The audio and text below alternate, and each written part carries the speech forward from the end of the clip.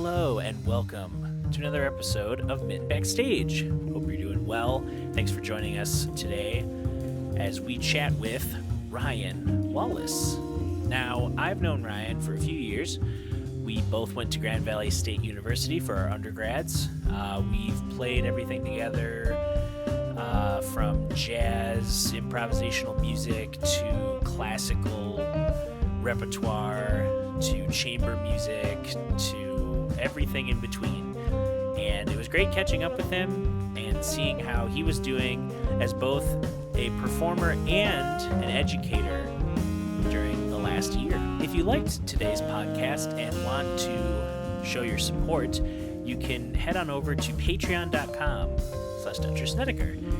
There you can get early access to podcast episodes, exclusive merch mailed out with my monthly newsletter, and the ability to hire me for different services like consultation, instruction, or studio recording. You can also head over to DutcherSnedeker.com to see everywhere that I'm currently active on the internet.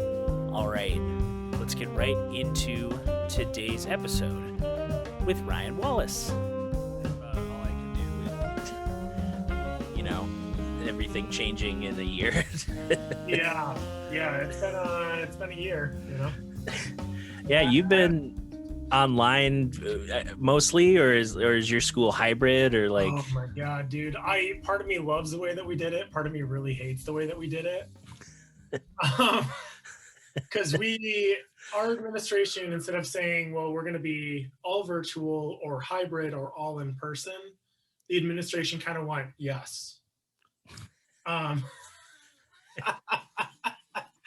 So we were virtual the first 2 weeks, which was weird, but let us connect. And our district did it really well, where kids weren't expected to be at a computer 8 hours a day, because that's not going to work. Like I'm getting my master's online, and it's like I can hardly sit at a computer and do this work. And me, who has gone through academia, there's a couple times where I'm like, I have to talk to someone. Like, I can't just sit and do this. And then we went back in person, but we also had an opportunity for those who wanted to stay remote to stay remote.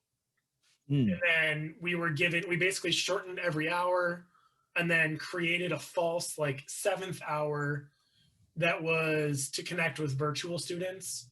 But it wasn't the expectation that we would meet every day with every class, every virtual student. We kind of had the autonomy to set up how we wanted to make that work. Which for a music class, a lot of what we ended up doing, which I'm kind of just going to keep doing because I think it was a good idea, is we created the content of this is what we expect you to do. Here's a video of me detailing how to do all of that on every instrument. And then hosted here's class meetings. So once a week, I have an open meeting for kids who need it. And then I also have time to book in those slots of, if you need extra one-on-one help, here you go. And then kids could kind of bounce back and forth. Supposed to be by semester, but of course, extenuating circumstances make it so none of that actually, it does matter, but it doesn't matter. Like if a kid, with the current rise that we have right now in cases, we have a lot of kids who have switched online, which I don't blame them. We've seen kind of mixed success with all of that. Right. Some kids just don't understand there's school and there's grades and it matters and you have to do these things. And if you're at home, you're going to kind of have to be more responsible and front load your time. But some kids have done great. If it were me in that situation, I would be failing miserably. I'd be playing video games and telling my parents I did everything. So yeah. The kids who are doing that, I don't fault them, but it's also we got to find some better fit solutions here. Yeah, we need the middle ground between doing nothing and obsessing over everything. Yeah. Which, we do have a bunch of, I have a bunch of kids, and this is what sucks is a lot of the reasons that kids stay in a music class is because they like the subject, but they also really like the community and the teacher. So all of a sudden it's like you and I can go through and know that we can spend hours in a practice room alone and be fine with it. But a little seventh grader's like, this music's hard. I don't see any of my friends, and this just sucks now. So like my numbers have dropped like crazy, and it's like I'm bummed, but I can't even fault these kids for it. You know, I wouldn't want to do music like this. Yeah, it was reminiscent of like I'm sure I brought this up, if not on this podcast, just to other people in Grand Rapids, when Grand Rapids public schools tried the hub system, and it was like, instead of every art being at every school, let's have, music at City High and leadership at Central, which doesn't exist as a school, I think, anymore. And like Ottawa Hills, like they have a theater. So like, oh, let's have theater at Ottawa Hills.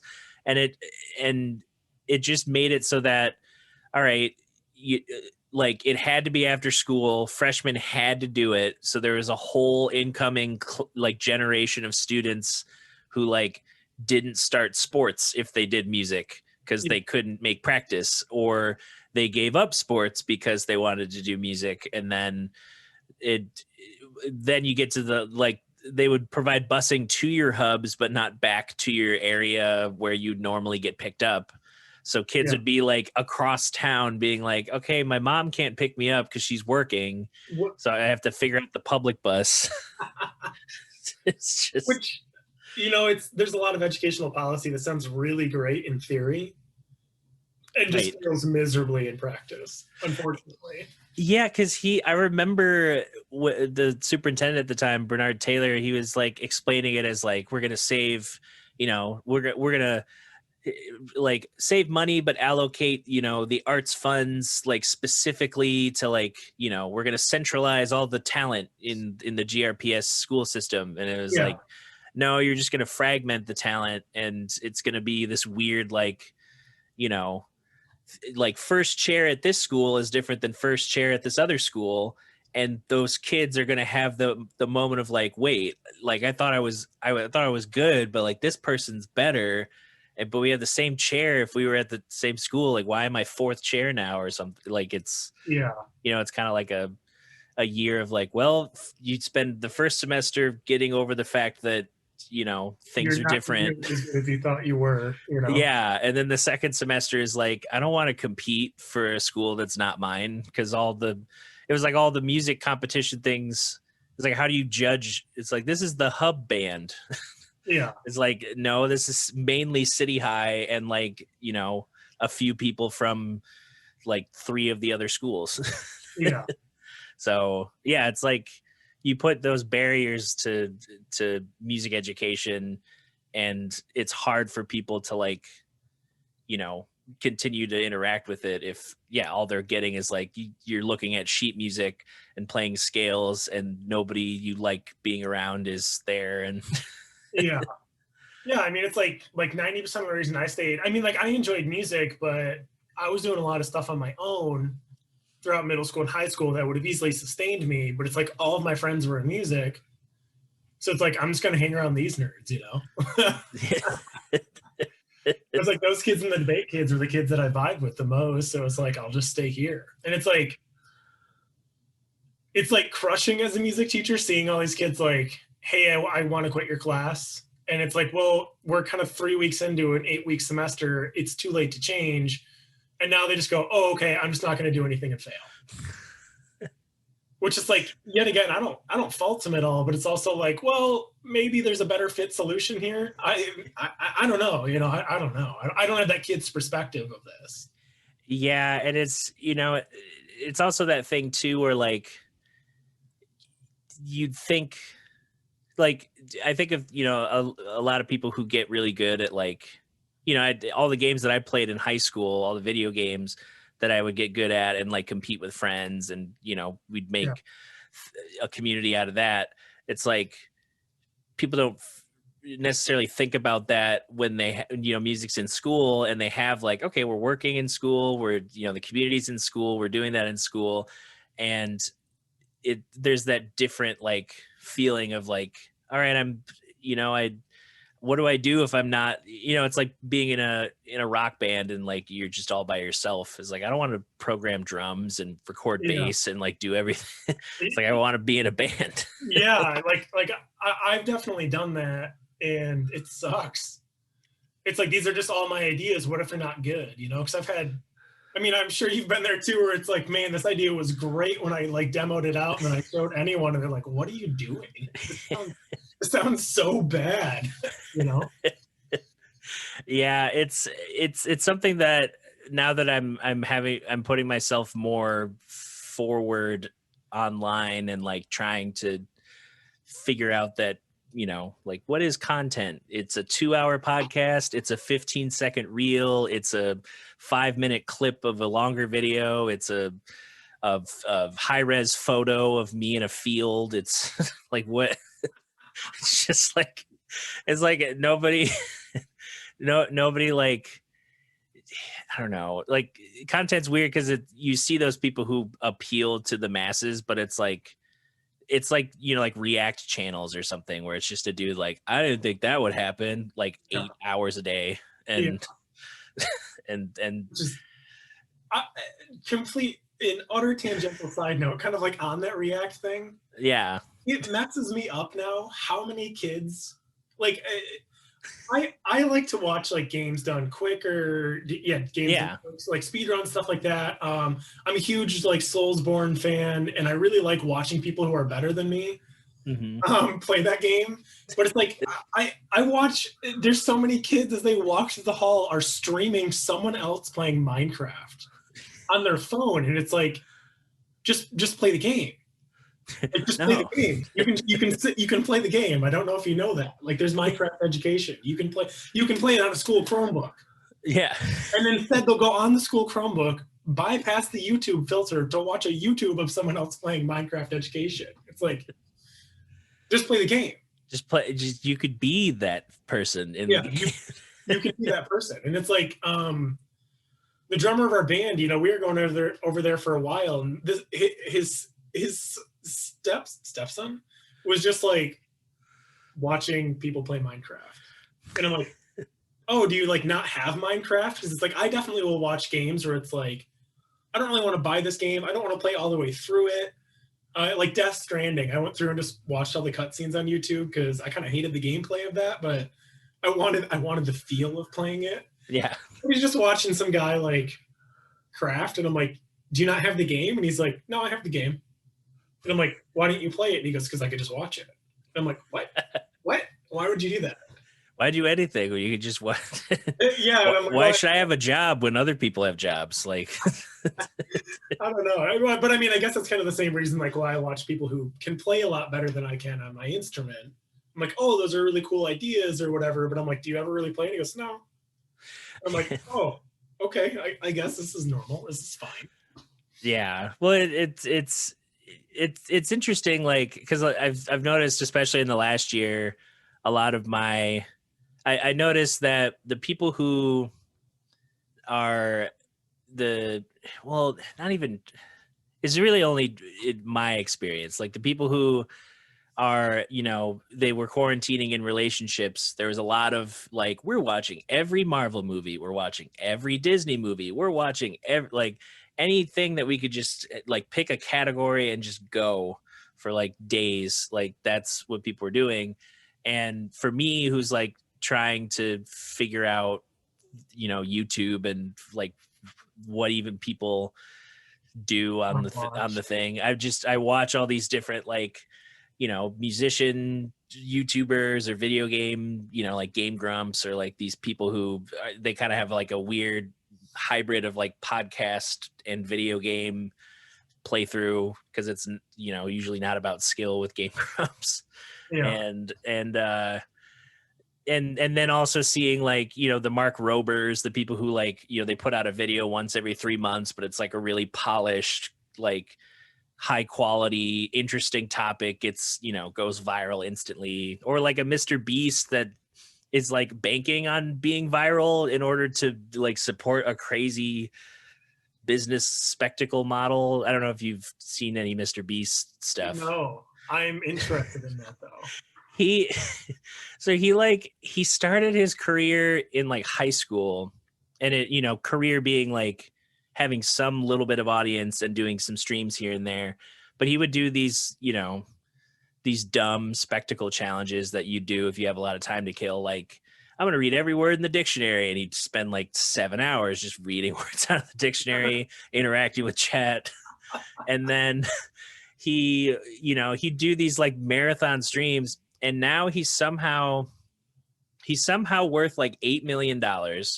And his videos are like, they're never like, hey, we're going to talk about, you know, like this new guitar, or like, hey, we're going to play a video game I bought for $20 on Steam. It's like, you know, we ordered a pizza and tipped the delivery driver the house. I bought 3 houses and we're going to decorate them and see who's the winner. I have $1 million in, I spent $1 million on lotto tickets and we're going to see if we win it back. And I'm like, how does he have any money?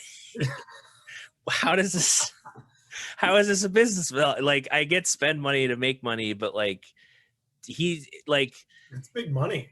Yeah. And he like, but then he'll also do these, like, because he is, you know, people know him for these spectacle things. He'll do things like he launched a, what was it? Beast Burgers. And it's like, it's not a restaurant. It's just like, a menu that's baked into like a couple different franchises.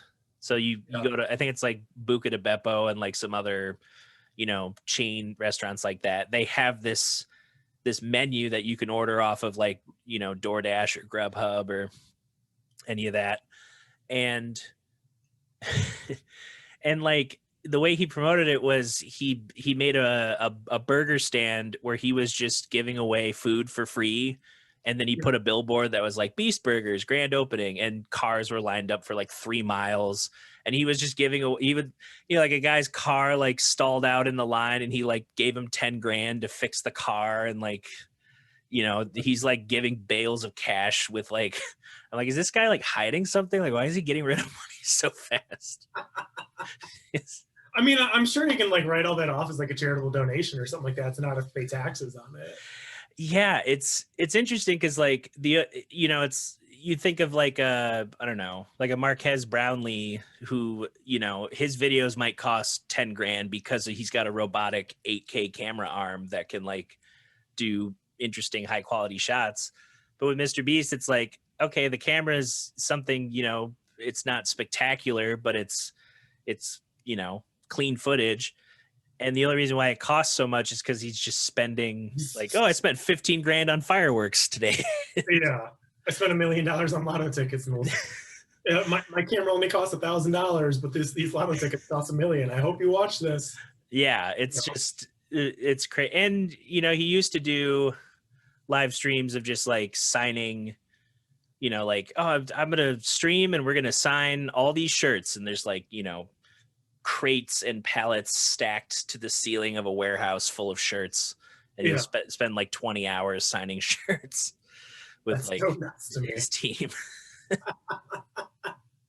So that game is so weird. It's like you know, when I was touring a punk band, that was like very early Instagram days and everything, and it's like, you know, we got big on putting on a good show. We didn't really have to have an internet I mean, we had an internet presence, but it wasn't like incredible. And now it's like, I'm in a band again. It's like half the discussions between kind of like me and the other guy who handle like all the promotion and stuff is, what content do we want to make? And I'm like, what a weird world where I'm just like, and it's not even like we're going through and like, oh, like maybe I could cover this song on bass, or I could play these lines, or just post me like noodling or something like that. And it's like, right, a lot of the content you make doesn't even have to be good.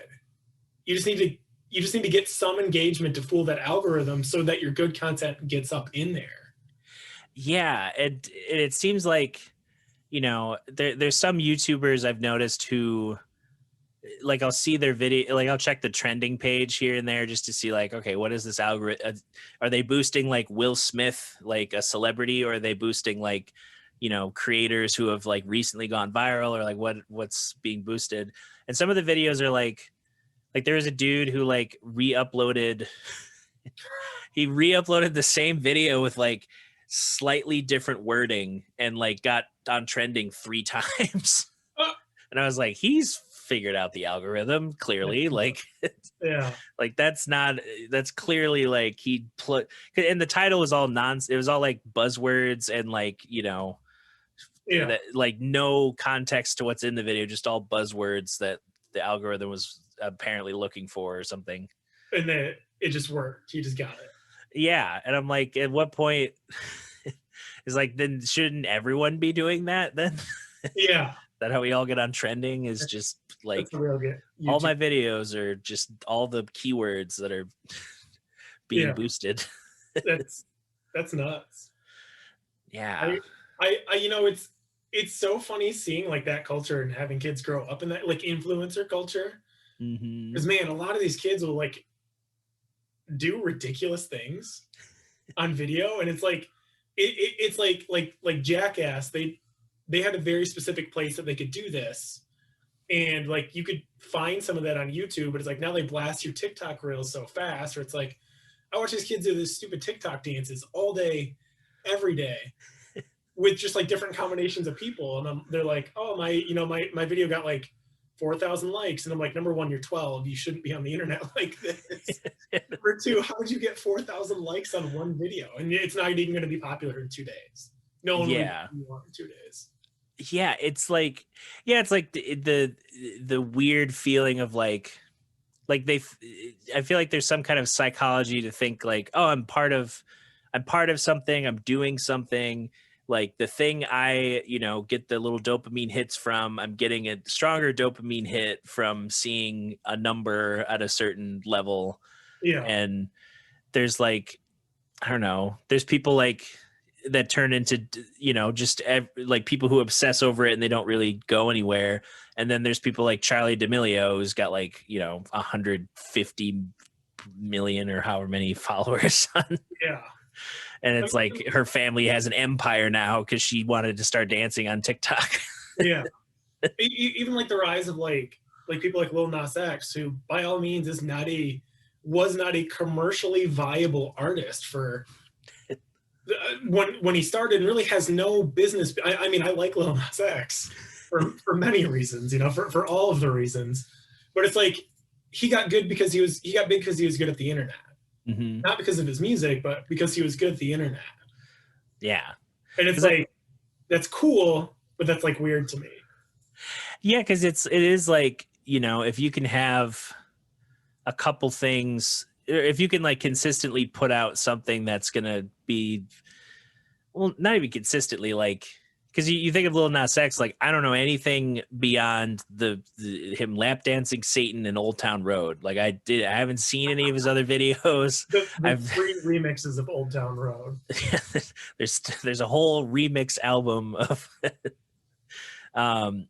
so it's like it's weird that there's someone like that who, you know, to the general public, that's when you find out about him, when, you know, he wins a Grammy or he puts out a, you know, a controversial quote unquote video. Yeah. And, or I guess quotes on controversial, but but then there's like a whole other audience that's like, you know, on the internet, they have this unique opportunity to have some window into like, you know, him popping off on some other person and it's funny, or like him sharing a video, or, you know, it's weird how, like, I don't think like, you know, like an Elvis Presley, like what would an Elvis Presley be like right now if he wasn't just this like mystique hip shaker they sometimes heard on the radio and sometimes saw on TV, and you had to like, you know, flock in a sea of people to go see him. Like, what if he was just on Twitter? It's like direct access to him at all times, you know? Yeah. And you're like, this guy's kind of boring. Like all he does. I mean, it's like a really good example of that is the dude from Eve 6. I don't know if you've kept up with that at all, but it was like last year he just started a Twitter, and he's like, he posts like hot takes, and he also posts like pretty like far left political opinions. And they went from a band that, you know, everyone knows what he calls the Heart in the Blender song, Um, and he got famous just by like talking crap about a bunch of like 90s bands and just like telling funny stories. And then all of a sudden his band has a new album coming out. And it's awesome. Like it's all good music, but like he literally blew his band back up in 2020 by creating a Twitter account and just tweeting funny things about like talking about like rock stars who like had bad poop problems or something. Or like, the phenomenon of someone like OJ being on Twitter, and you're like, this guy's just it's like, hey, Twitter world, I'm playing golf, everything's great, and you're like, why does he hold on. Yeah. It's like I love this comedian Tim Dillon was talking about like America is that feeling that you get when you find out the Cash Me Outside girl is a multi-platinum recording artist with millions of dollars, and that moment after you find that out when you hear her single and you're like, okay, it's not that bad. Yeah. It's that emotion of like anger to like, okay, it's not so bad. Yeah. that weird in between moment of just like the girl who yelled at the audience is worth millions of dollars for really no good reason, Yeah, and other than marketability. Yeah, well, and it's funny now recently, like she's, whether Dr. Phil's program made a bunch of money off of her, just like she's at the ranch, let's follow up, let's talk to the family, let's follow her music career, let's talk about her only on all of the podcasts that Dr. Phil ever goes on. And now she's like, talking about how damaging that ranch that he sends all the kids to is. And it's like, I wonder if Dr. Phil at any moment was like, I'm sharpening the spear that is going to to stab me in the future. I don't think so, because it's like like anyone else would capitalize on something like that, Yeah. Oh, she's huge because she's 14 and absolutely out of control. Yeah. And like it seems like outside of music, a lot of how she stays is just going to some random person's party and like spilling someone's drink on their dress or like hitting them or getting just like viral. Oh my God, it's snowing right now. I hate everything. I know. It's April. It's Michigan. It's fine. It's fine. This is normal. It's no. Why not? We've already had all those moments in the last year. It's like, why not? Yeah. Why not? Sure. We hit 82 weeks ago, and now it's 40 degrees and snowing. This is normal. This is fine. This is what we do here. Yeah. This is. And recently too, there's a COVID case that was at the restaurant beneath the listening room. So 2 weekends of gigs got canceled, and I was like, sure, fine. I was happy. That's fine. Yeah. I don't need to have that. Dude, I like on that, like I'm gonna get on a soapbox here for a second. Yesterday, I get why like Kent County schools are open right now with how much surge is going on, but it's like yesterday alone, I have 6 kids that are now out for the next 10 days, and we don't get to know, just for privacy reasons, we don't get to know if they caught the virus, we don't get to know if they were just a close contact or whatever. This year has been so nuts with just like I just come into school one day and both my bass players are gone for the next 10 days, and it's like, oh, okay, I guess I just don't have bass players. like how can I plan for that? Yeah, especially like a pretty important section of. Yeah, and it's like we have all these like different stipulations to keep kids safe, and it's like I can't set up in normal arcs or anything like that. Yeah, so it's like the whole year has just been super wonky with like trying to use like technology and everything like that, and then like on top of it, for some genius reason, the administration above all other administrations in the U.S. has decided we need like standardized testing this year. Saw that. which is just like there's no state that's like, yeah, this is going to go well. This is a good idea. You know, number one, like I think standardized testing is a crock anyways. Yeah. But especially like this year, which is like the only reason why, you know, we're popping off with, you know, between all the schools, 5, 6, 7 cases a day. Between schools, like right now for the past 2 weeks, I teach private lessons, and I haven't really held any private lessons because everyone's like, I'm quarantined, or you know, someone in my family has it, or I always reach out and be like, hey, 6 of my students are gone right now. I haven't been told that I'm a close contact. I would hope that I would be, something like that. But it's like, you know, that's the only reason we're in right now is because the next 2 weeks are all standardized testing. And it's like, is this really the best for the kids though? I mean, like, I don't know if you noticed, but it's a global pandemic. Yeah, nothing, you know, nothing causes, you know, positive test results than jerking kids back into a classroom to take something they fear. You know, half these kids don't even understand, like the 6th graders, like who never really graduated 5th grade, are like, I don't know why I even have to do this. What is this test? You know, we're just, right. We figured out last semester that there's a thing called grades, you know, which is like, I don't fault those kids, but it's like, man, do we, and I know Michigan Department of Education has applied for waivers like constantly and just keeps getting denied. So it's like, hands are tied. This is the dumbest thing ever, you know, plus like massive surges. It's like, we should be shut down. Yeah. It's virtual again.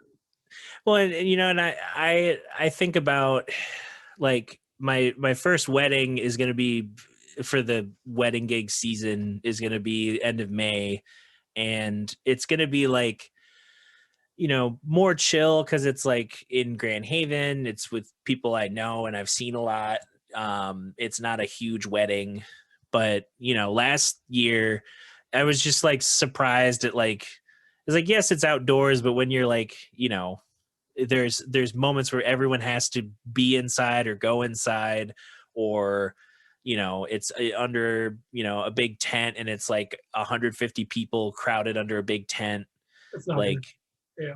yeah, like it's just been a lot. It's been interesting to see, like, not only to see like what types of weddings are still being put on like at that scale, but also doing the drive up to, you know, Traverse City, Petoskey, and just seeing all these, you know, these signs of people who like have an expanse of land and then way in the back they're just like, you can't take away my, it's like you have a huge amount of distance between you and anyone. Yeah. And you're like angry. Yeah.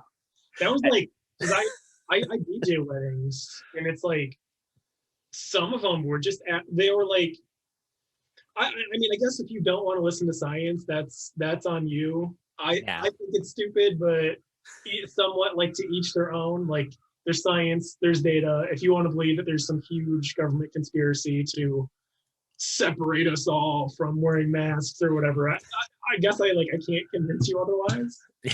And you're kind of like, playing into it by like being defensive and antagonistic, and it's like, I'm like, okay, but it's like, I had a bride who told all of her guests, if you're gonna wear a mask, don't come to my wedding because I don't want it to ruin my pictures. And her wedding went from like 150 people to 42. And it's like, yeah, at least give people the option. Like, if you believe that it's like for sheeple and weak, like at least let them be weak. Well, who cares? They can if they want to take their mask off for a picture, they can. It's not a big deal. Yeah. Yeah, and you know, pound for pound, everyone who's said some sort of, you know, they're like, oh, I hate masks or I hate this thing, they've all gotten COVID. So it's like it's yeah, the Nuge. The Nuge got it, and he's like, I thought I was dying, and it's like, oh, imagine that. Like science, they're actually like maybe. I mean, like I'm not going to deny like there may or may not be an agenda. It's the government, but it's like, you know, maybe they're actually trying to keep us safe. Maybe this is bad. Yeah, if only to like keep us safe, to like be, you know, worker bees in the big old hive. But you know, Yeah, it's I saw that news and I was just like, of course, like why not? And he's playing on Huckabee probably tomorrow and telling about how he's stronger than ever. Yeah. Yeah, I know. I beat COVID by drinking celery juice, you know. But not like like I didn't go to some like liberal hippie store. I Yeah. pulled celery out of the ground that I tilled and planted the celery. God, I love that. I love that so much.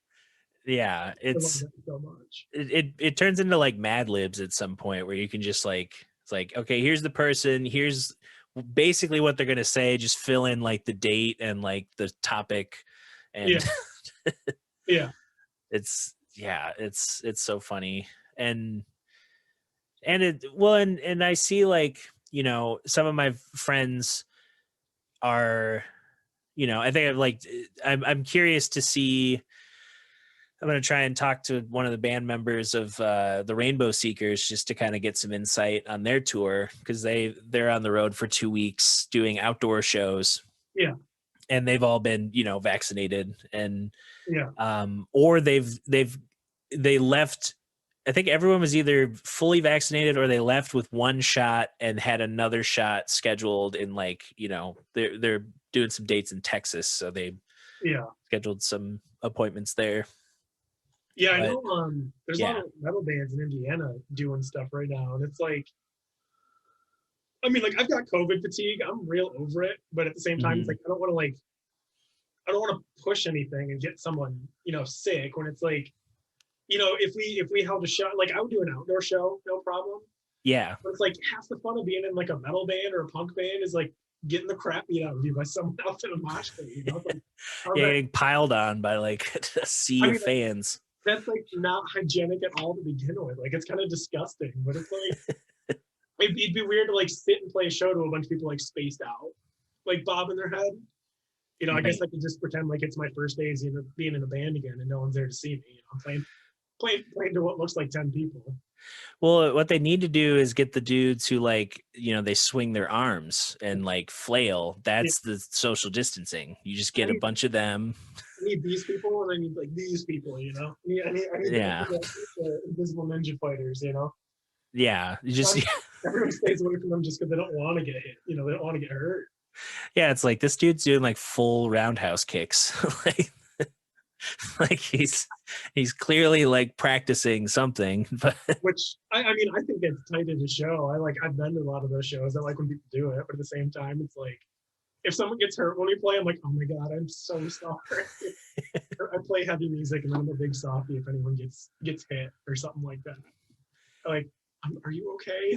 Can I buy you a Taco Bell or something? I'm so sorry.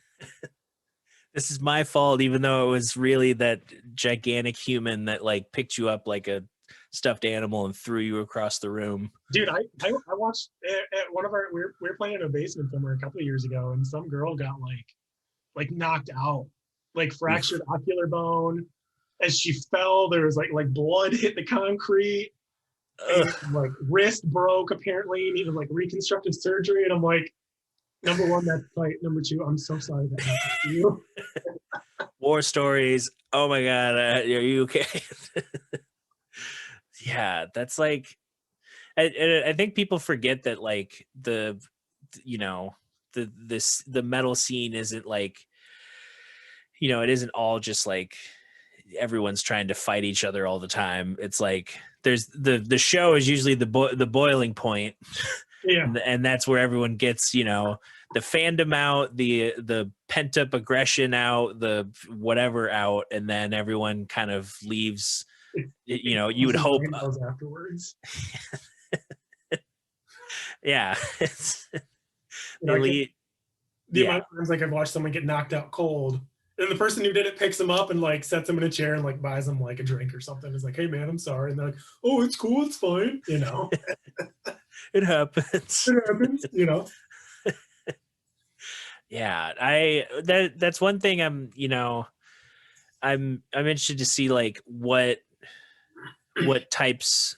I mean, like I know, like the electric forests are still a year away. I know I just got updated, like Jacob Collier and Rage Against the Machine. My tickets are still good, I guess, for next year,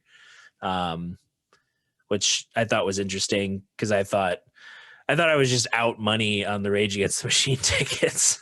Yeah. But that'll be, to have a stadium full of people, that'll be an interesting, like, we can do this again. Yeah, a strange experience.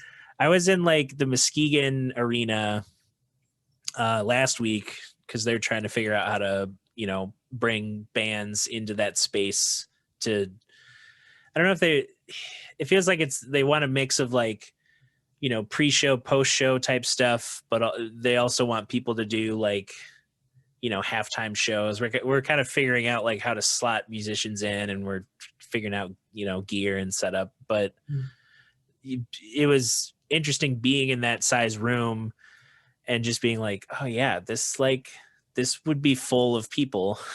Yeah, all together. And just thousands of people, and like not even all, like that's just the seats, and then there's like the huge ring around everything that's all standing room and like press boxes, and there's a restaurant in the corner. Like it's like I forgot what like that many people look like all together. Yeah, dude, that's what's weird to see in like large groups of people now. I'm like, oh my god, this isn't okay. This isn't good. It's like yeah. I like the Super Bowl, like they had like, what was it, they had like 20,000 people there or something. Yeah, that's nuts. And like that's a city, that's like some town. Yeah. Just went to watch the football game. Went to watch a football game that you can watch on TV. Yeah. And if you get the bad seats, you're essentially watching it on TV anyway.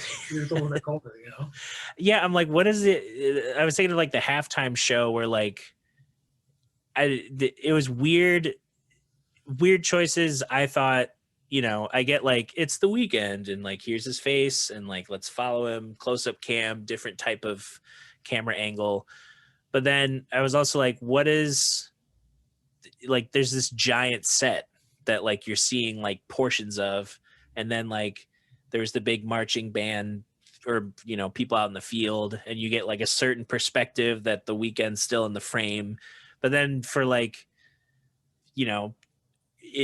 I would think like as a person in the audience, you're either watching the jumbo screen that has the TV feed, or like you're watching the field being like, I don't see him. Like, where? Some tiny little guy. It's like, oh yeah, this is cool. Yeah, he's like, oh, he went inside the building. Like, okay, I guess I have to look at the screen. Yeah.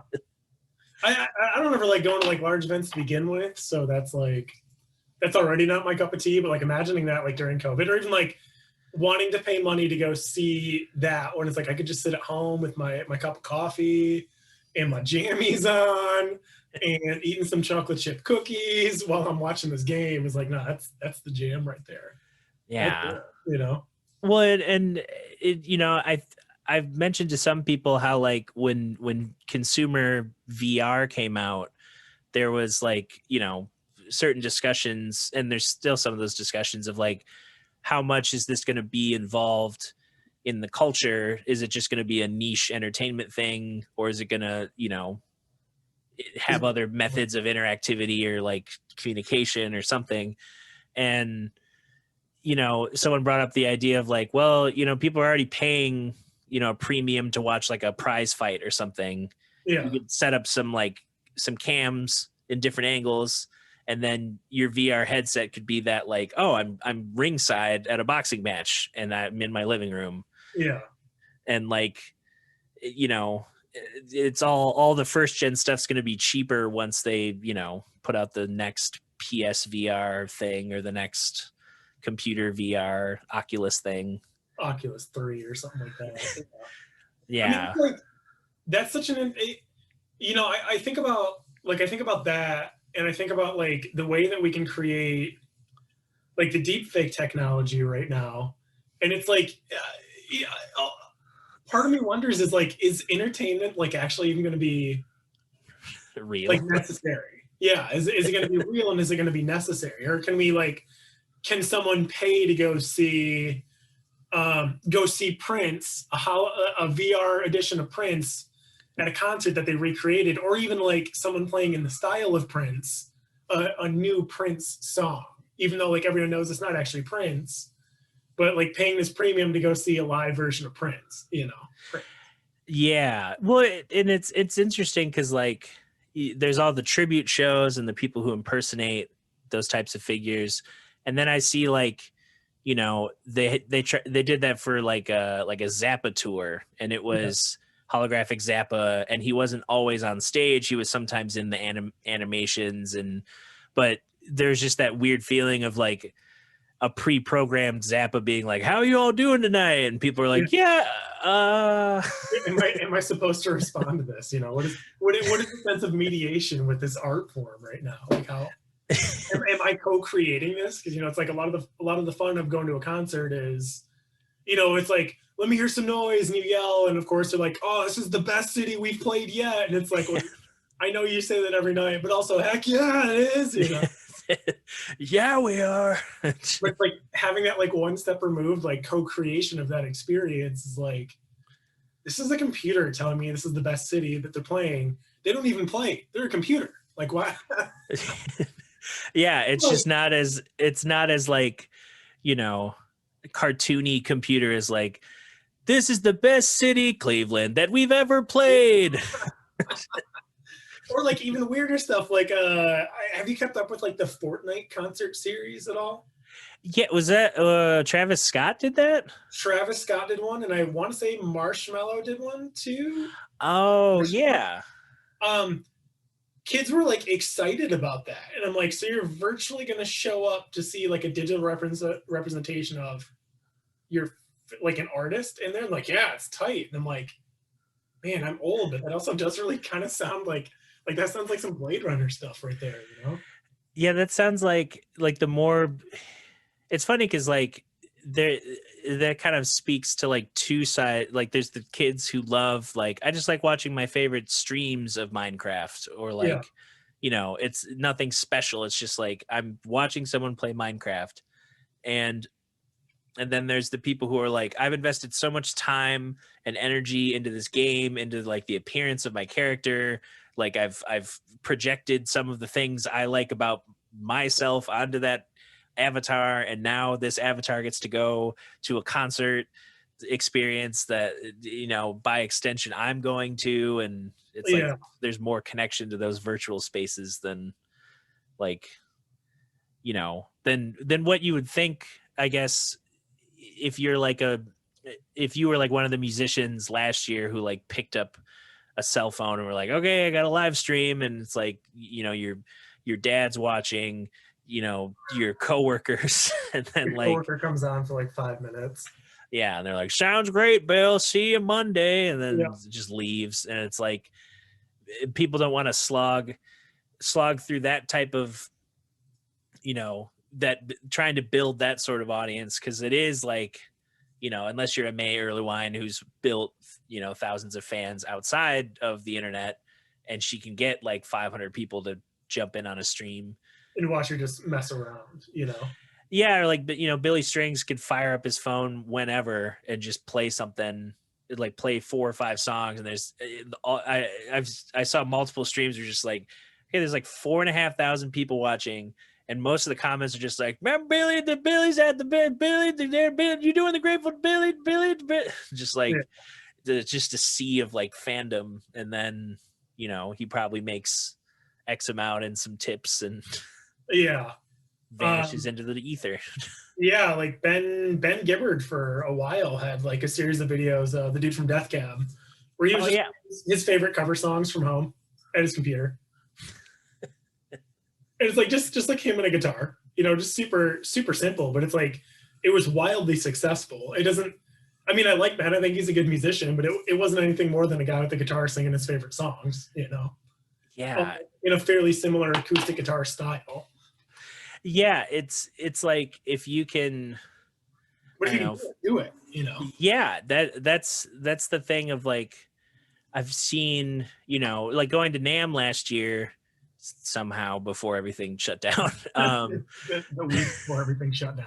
Yeah, like going there and seeing like, you know, this weird intersection of the industry of like, oh, that's Jared Dines next to the samurai guitarist YouTuber next to, you know, Ichiko, what's his name? The Asian dude who like he'll get a weird tuning and make a song out of it, or like Yeah. his videos are like, this is the song for when your mom says clean your room, and it's just and it's like all of them are there, and then like 10 feet that way is Marcus Miller and a rep from, you know, a bass company, and Thundercat walking with his, you know, artist liaison past all the crowds. And it's like, oh yeah, these are all this is like where it's not just like, oh, you come here to see, you know, the company people and then like some, you know, superstars here and there. It's like a mix of, they're all there. Yeah, everyone's there. Everyone's got a weird, like, it's like a weird intersection point of like, this guy, all he does is make weird, goofy videos on YouTube. And now he's in the same space as talking to a rep for like a brand deal, just like this touring musician would. Yeah. Side note, this is going to sound really dumb. I didn't, number one, realize Jared Dines was actually in a band. Number two, I don't know what band he's actually in. I don't know either. I know it's like some metalcore band, and I know he's got like another band with like Howard from X Killswitch Engage. I didn't know that. Yeah, apparently he has a side project with them or something like that. And I'm like I've seen pictures and I'm like, what band are you in? I thought you were just an internet celebrity, you know? I thought you just made goofy guitar videos. Yeah. I thought you were the dude who like, you know, goes out into under the coast and challenges Steven, what's his face, to a gent off. Yeah, gent off. String gent off. You know? Just a wide, giant guitar. That thing scares me. I look at that and I'm like, no, I can't even comprehend that. No, and I've only just recently picked back up. I bought an 8-string like 2 years ago, and I'm just like, it's like, all right, how I need to change. Like, it's like all those little adjustments of like, normally I'd throw my hand and I'd hit the low note and it'd be an E or a D, and now it's like this low F sharp or an E or yeah. Did you find that you actually like practiced more during quarantine? Were you one of those like, I'm gonna practice more, and then you're just like, nah, man, I'm gonna play video games and just, you know? It was funny because I still was like keeping up with playing just from like different streams and, you know, just trying to do whatever people, it's like, hey, I got this stream at my house, it's a podcast, like, fine, I'm not doing anything. Yeah.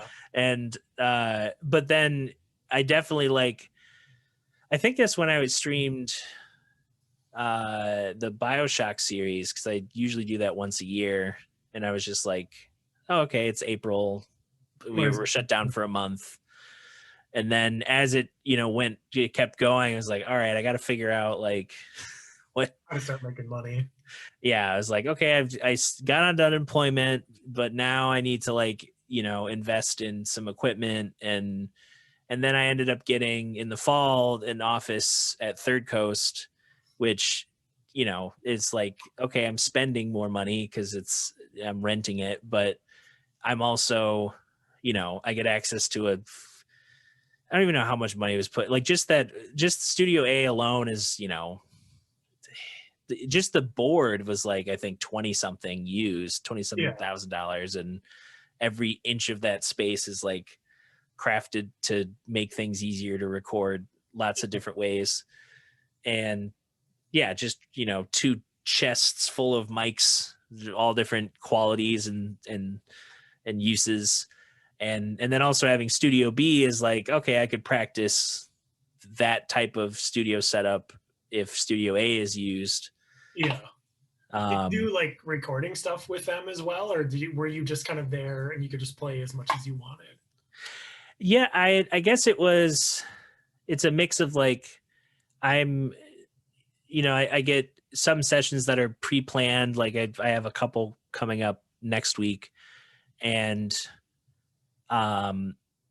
then other times I might just be working it's hard to time it though, because like I try to, like, if it makes sense, go out to Third Coast, do work, and then while I'm working there, I also, just kind of pop in and, let people know I'm around. And sometimes it's like, hey, here's a song, listen to it a couple times, go out there, we'll do 3 or 4 takes. By the end of those takes, you'll have something usable.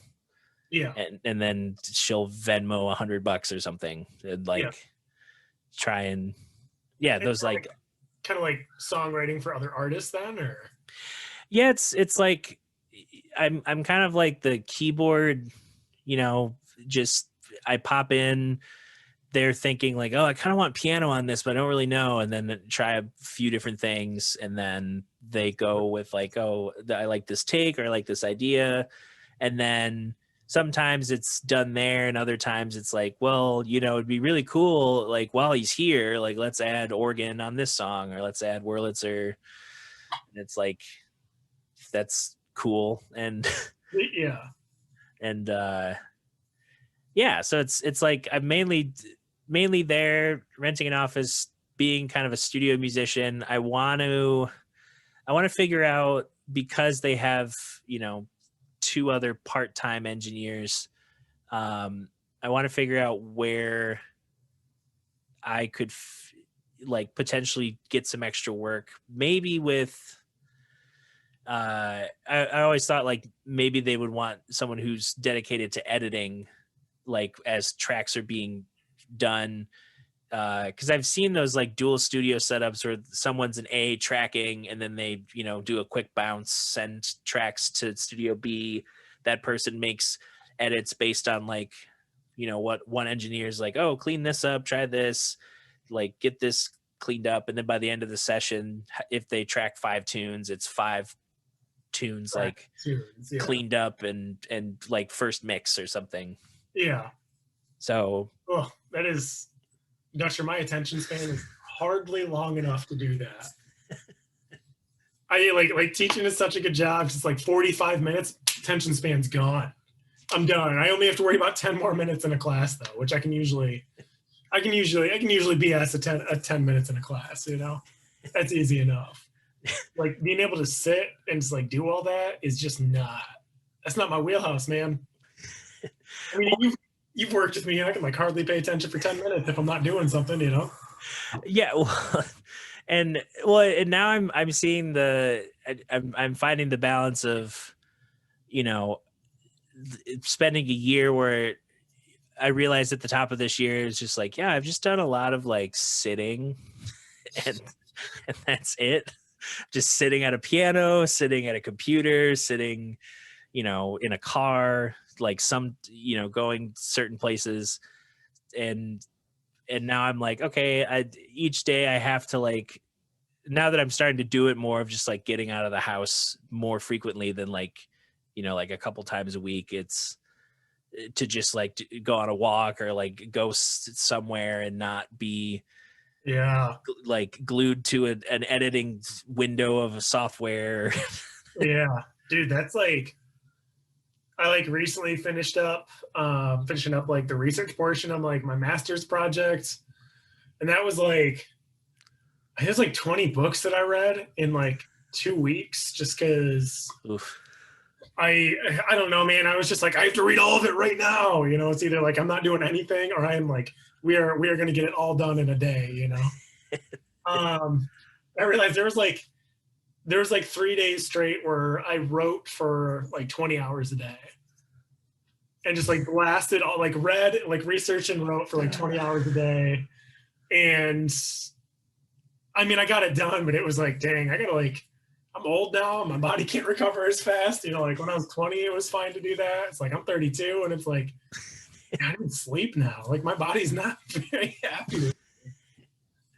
Yeah, and I've been, I remember you were mentioning years ago when you were like, yeah, my body just like, alcohol, like it just doesn't want it. And I haven't had it as severe, but I wasn't drinking a lot during quarantine, and I like, went over to actually Christian's house for his birthday because he lives like down the street from me. Yeah. He, you know, and I had like, I think I had 2 beers, and then the next day was just ruined. It's like I have a headache. I'm tired. Yeah, I think for some reason my girlfriend and I decided last year that we were gonna drink a White Claw, like not each, but like one between the two of us. And I was like, I got like 2 sips in, and I'm like, nah, I'm not. My body is saying no. My body's saying no. It's like my body is like no fun anymore. 9 o'clock, I gotta go to bed. I gotta turn my phone off an hour before I go to bed. I gotta stick to a sleep routine, or I'm not gonna sleep. I can't have sugar too late. Yeah, it's all the things that it's like quarantine exacerbated all those, all the bad habits, and then coming out of it, it was just like, oh yeah, like my whole body's just railing against me. Like I take 2 days of like eating like a normal human being and sleeping, and it's like, this is what you should have been doing forever. Dude, especially like this year, because it's like, number one, it's International Buy Teachers Snacks year. Just because all the stuff we're going through, but it's like, it's like I've been fighting like burnout all year. And it's like, if I'm not on top of it every single day, like if I lapse 2 days of like sticking to a good, like good food, making sure I'm exercising a good amount, not too much, not too little. It's I have IBS now apparently, which is tight.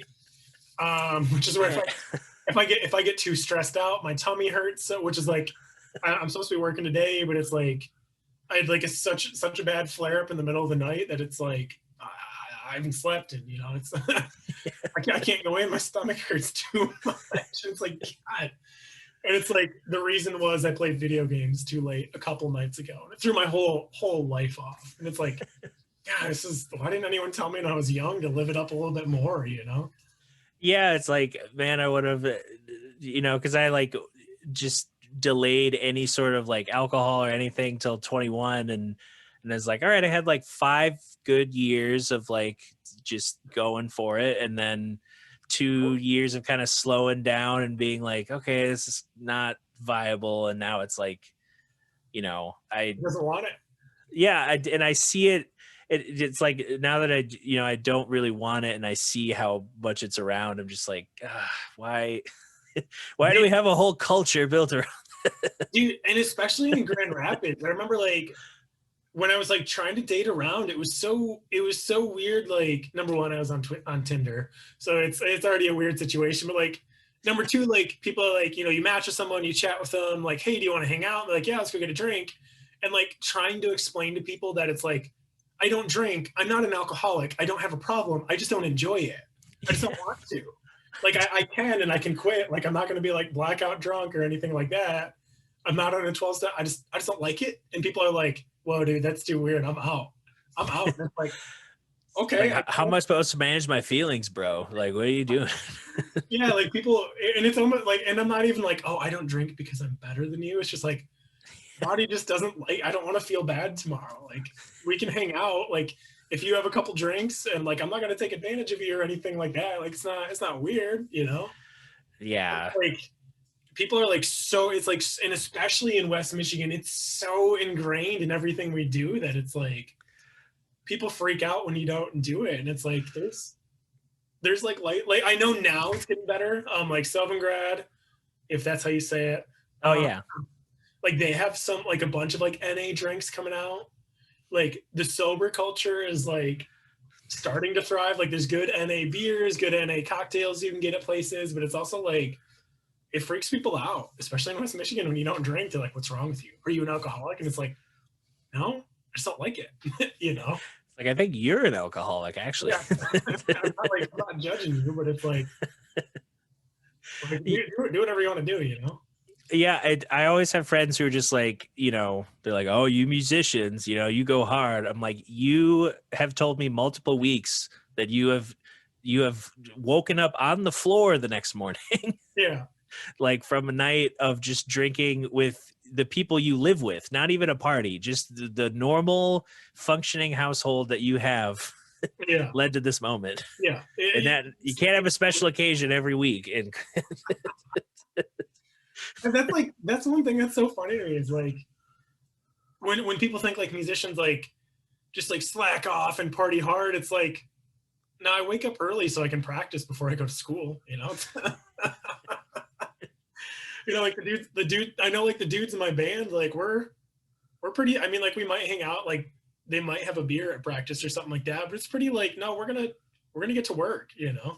Yeah. Cause it's like you either, that's another weird thing is like you either, you know, you're either like that type of where it's like, you know, we have a lot to work on. We can't really do a lot of, you know, go overboard with anything because we need to be able to show up to rehearsals or like go to shows or like, you know, function. Or you're, you know, like a little Zan who was like, you know, addicted to prescriptions and then, you know, he's like 6 years old or whatever. Yeah. And then he's already got like war stories of like, you know, like, oh yeah, I'm battling this hard addiction. And it's like your career and your name was built off of your drug addiction. Was built. That's like people who can do that are just like drink or smoke and still function. I'm like, dude, I can't. Like there's so much, I guess, of like West Michigan culture that I'm like, I can't even vibe with that. Like I just want to go to bed early, man. I'm gonna like meditate and go to bed and play some video games, you know. That's how I'm wanted, you know. I'm gonna read a fantasy novel, you know. Could go hard and read a bunch of fantasy chapters. But and that's something, it'll be interesting to see like who, or I don't know, like there's some festivals that Earth Radio has that are like newer or like outdoors or, you know, smaller private festivals, and they, you know, it's either private and it's like, oh yeah, the neighbors come down the street and just get like blasted and they fall out of their lawn chairs at midday and pass out. Or it's like, you know, then it's like the people who are just like the continuous like stoner community of like, okay, they got a vibe, but I don't know how much regular air they breathe. Yeah. I don't need a graph to tell me that they're mostly inhaling. Dude, I know a couple musicians, especially in that scene, that I've like watched like just literally like smoke like 20, and I'm like, how do you do that? I can't do that. Like number one, like I don't do that much. Like it's been a long time since I have, and number two, it's like I couldn't function that, you know. It's like, what are you doing? How did you do that? Yeah, it's and everyone wants to think they're like, you know, like a Keith Richards who's like, no, he's just pickled and that's why he's able to stay that old and still be crazy. But then you see like an Ozzy Osbourne who, like, the last time I saw him in a clip, I was just like, is he lucid? Like, it's no idea where he's at. Yeah, I'm like, this dude is like on the couch all day. Like, yeah, this dude is like melting, like everything caught up with him. Yeah, and is like, what is he, 60 something, 70 something? His brain is just done. Done, you know. Yeah, it's but you know, everyone's got their own. You gotta do what you gotta do. Journey. Know? Yeah. You know, life has those. That was another thing.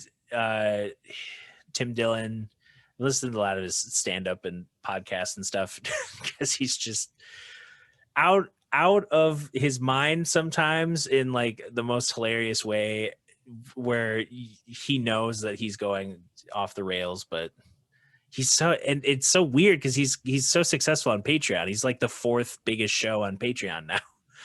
And get it, you know. Yeah, he makes like $120,000 a month on Patreon. It's him and a producer, and they don't even have guests that often. And he just goes on. Yeah, just goes for it. But he was talking about how, like, he's like, you know, he'll have bits about like, he's like, you know, stop with the weed. If you're past 30, it's over. Like, stop it. You're done. It's for when you're in your early 20s and you're laughing with your friends in Taco Bell. I've been there, but I'm in my 30s and you need to grow up. Get addicted to painkillers like an adult. Yeah, I mean, it's not too far from the truth, you know? Yeah. I mean, I still eat a lot of Taco Bell, but I guess I laugh about it as much, you know? I don't need drugs to enjoy Taco Bell on a bi-weekly basis. Right. Well, and he's like, he's funny too, because he's like, you know, some of his vices are like, you know, he enjoys like a good meal, a good spread. Like he's not, so like sometimes he'll just, you know, get the sandwich, but if he's going to like a, you know, a barbecue place or a steakhouse or somewhere where he's gonna, you know, like there's gonna be courses, there's gonna be, you know, a certain quality. Like he argues that like when you're poor, like food is the luxury item that a lot of people go for because it makes you feel like you're winning. Dude, that's like, so I recently have finally hit a point in my like teaching career where all my stuff's on auto pay. Like all my bills are pulled out, just got a new car.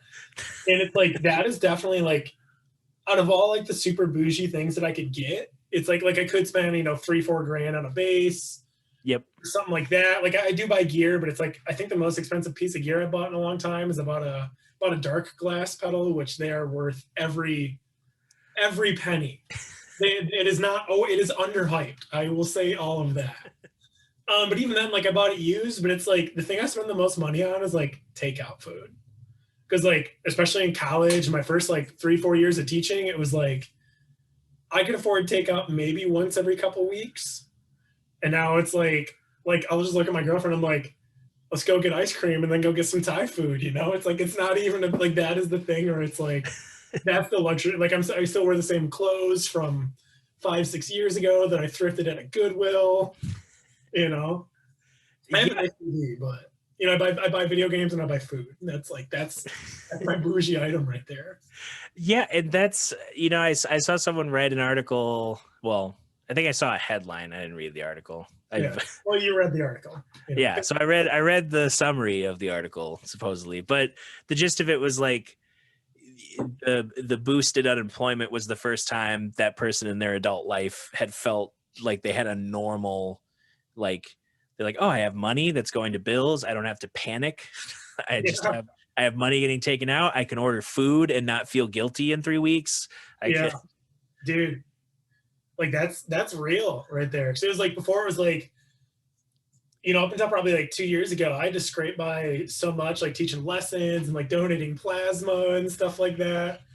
But I mean, like I've definitely gotten like a little bit lazy, a little bit like soft, like around the tummy area, which is honestly like tight. But it's like, now it's like, man, like I get offered gigs now, and I'm like, I don't really want to stay up that late for that. I think I'm gonna pass. You know, I don't need to. I don't need to. It's like, you know, I was like teaching like 16 kids a week. I think I'm down to like 4. And it's like only because I really like teaching the kids, you know, right? Like private lesson wise. But it's like, man, I don't miss that grind at all. Like being on that musician grind, like it was chill when I was young, but now that it's like, I just like, I don't know. I want to get Taco Bell twice a week and get some sushi and get some ice cream and get some Thai food, you know? Yeah, it's, well, and that's kind of where like my thought is, like, because I'm turning 29 in September, so 30's right around the corner. And you know, like according to His Holiness Gary V, he's he's like, you're just getting started, man. You can be 75 just getting started. It's like, you don't have to have it all figured out. And you're like, okay, Gary, but you're like, you know, you're pretty successful. Like, you're a special kind of person. Yeah. But it did get me thinking of like, okay, what do I want my 30's to be? Like my 20's is kind of like, you know, someone else could look at it and be like, no, I wasn't that. But in my head, I think it's like the falling with style. I'm not really flying. It's like, I have the talent to, like, you know, be put in a thing and just do it you know, my emotional well-being or physical well-being, just put it to the side. It's like, I'm just gonna get it done, get paid whatever meager restitution as an undergrad or as a master's student, Yeah. and then you know, getting these certain like markers to the rest of the music scene that's like, oh yeah, he's doing it, he's got all these different, you know, outlets, and he's, you know, he's doing a little writing, he's got the podcast, he's got performing. And it's like, yeah, it's all because I kind of have to figure it out, because I don't, you know, I don't see myself like working at Lowe's or something. Like Yeah. I'm too far into it to be like, well, you know, I really support this music habit with my welding job or something. Like, you know, I don't, Yeah. I, you know, maybe welding would be a hobby. I don't know, but right now, it's just trying all the Yeah. music things, and for the 30s, it's like, all right, let's, you know, clean it up a little bit, like, you know, have a little bit. It can continue to know where more of the money can go to, you know, be good investments, good things to work on. Because my rent's cheap right now, and it's with 2 other roommates. But I'm also like, what would it be like if I had my own spot? Probably Yeah. 1,000 times better. Oh, dude, I bought a house like 3 years ago, and I mean, like, I'm difficult to live with, so it's like I don't fault any other previous roommate I had, but it's also like having my own spot is just so tight. I come home and it's just my mess that I left there earlier in the day. You know, I don't got to worry about like, oh, who didn't do these dishes? It's like, well, it was me. You know, I didn't do it. yeah, I played myself, but it's like I definitely feel that, because you want to hit that level of maturity where it's like you can hit some sort of stability. So it's like as you get older, and I'm not saying like I'm like, I joke about being old all the time, but it's like I know I'm not actually old, but it's still like, but you know, I am hitting those things where it's like, well, you know, I can't do as much and recover as quickly. And it's not like, oh, if I work out once, I'm done for the month. But it's like, but I definitely have to keep track of like, am I overbooking myself this week? Am I mentally and emotionally able to handle the workload that I have right now? Or is this going to push me into a situation where it's like, I'm going to get too stressed and not be able to function? You know, Right. and it's like, when I was 20, it was fine. I could just ignore that. But now that I'm 30, it's like, well, my body doesn't respond exactly the same way as when I was 20. And I mean, that's just part of aging to begin with. But it's also like, it was weird, like being 32, and it's like, I mean, like I have a job. I don't have kids. I'm not married or anything like that. Not having any of those benchmarks. It's like, what do you start measuring your life by? Yep. You know? Is it in terms of like, oh, well, you know, I have this teaching job and I'm really good at that. And, you know, I have these other like things that it's like, you know, I have a lot of like passion projects that some of them go nowhere. And some of them are like so niche, like it's so niche, like critical theory, you know, critical pedagogy and education as it relates to orchestra. And it's like, there's like 2 people in the world that are interested in that. And I've read all of their books to, you know, to make this project. But it's like, you know, it's like, how do you want to define that next life of like actually providing, like, are you going to provide something to society? Or are you going to kind of fall into that, I work as a line cook in a restaurant and this is what I'm going to do, which there's nothing wrong with that. I don't think there's anything wrong with that, but it's like, Right. you know, making that decision of, am I just going to live gig to gig to gig to gig, or am I going to do something different, you know? Yeah. And it was interesting hearing from like, you know, with everyone's gigs being shut down last year, just the people who that's all they've done for decades is just they had 3 or 4 gigs a week forever. Yeah. And that's how they've made a living. And it's like, at no point was there like any sort of interest in being like, what if I, you know, even like, what if I was a clinician, like something that's still performance, but you get paid more, and there's, you know, a larger budget from an organization to help pay more than just the bare minimum. Yeah. And, you know, seeing other people too, who are like, you know, like they're older musicians in the scene, and they're like, yeah, does anyone know about like affordable musicians healthcare? I'm like, do we still like, healthcare is complicated, but like, At some point you got to find like, isn't there that one, like, I don't know, like there's it's like you want certain things are like you can't have definitive answers for, like nebulous creative things, but like, you know, where should I bank shouldn't be like Yeah. like I think it's so interesting, like the difference between like the older generation of like, especially jazz musicians in Grand Rapids, I can speak to, and like our generation where it's like their concept of the future was we can just do these gigs forever because the economy's always, you know, the economy was good from when they started to, you know, 2008, really. right. And if they figured it out in 2008, it's like, oh, it's fine. Whereas like our generation has literally like went through like 5 national or international major events, you know, including like 2 major recessions, stuff like that. And it's like, you know, it's like I don't, there's no world in which I genuinely, like, there's no world in which I genuinely feel safe at one job where I'm like, I'm going to invest everything in this job because this job is always going to be, I mean, like as a teacher, I feel pretty safe, but it's like 5-6 years now, you know, Michigan can just say, we're cutting arts program, they're gone. And it's like, oh, okay, my job's gone. You know, I'm a tenured teacher with, you know, a PhD essentially. Right. And my job is gone. And now I can't afford to go start at a new school because they're not going to pay me what I was worth at my other job. You know, I'm going to take a $20,000 a year pay cut just to teach again. It's like, no, I'm going to go like, cause I worked construction before, you know, when I was like, and it's like, I can just go work construction. I think that's tight. You know, people are always going to need things built or need things fixed, you know, and especially like right now it's, cause I work heating and cooling in the summer and I could work 80 hours a week because it's so backed up because, you know, it's everyone's at home. Everyone wants to do a bunch of updates or people want to buy new houses or, you know, want to finance and stuff. And it's like, I mean, the housing market in Grand Rapids is nuts. So people are just fixing what they have.